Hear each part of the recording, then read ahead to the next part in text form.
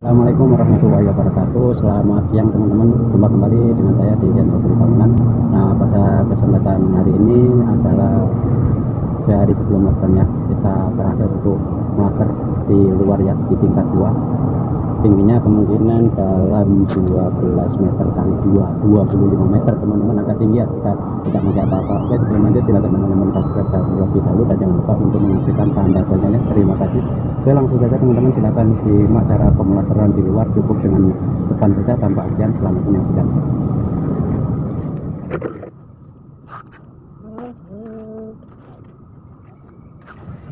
Baiklah teman-teman, hari ini adalah hari terakhir kita kerja ya, karena besok kita lockdown ya, total lockdown di sini. Jadi tidak boleh keluar, tidak boleh bekerja.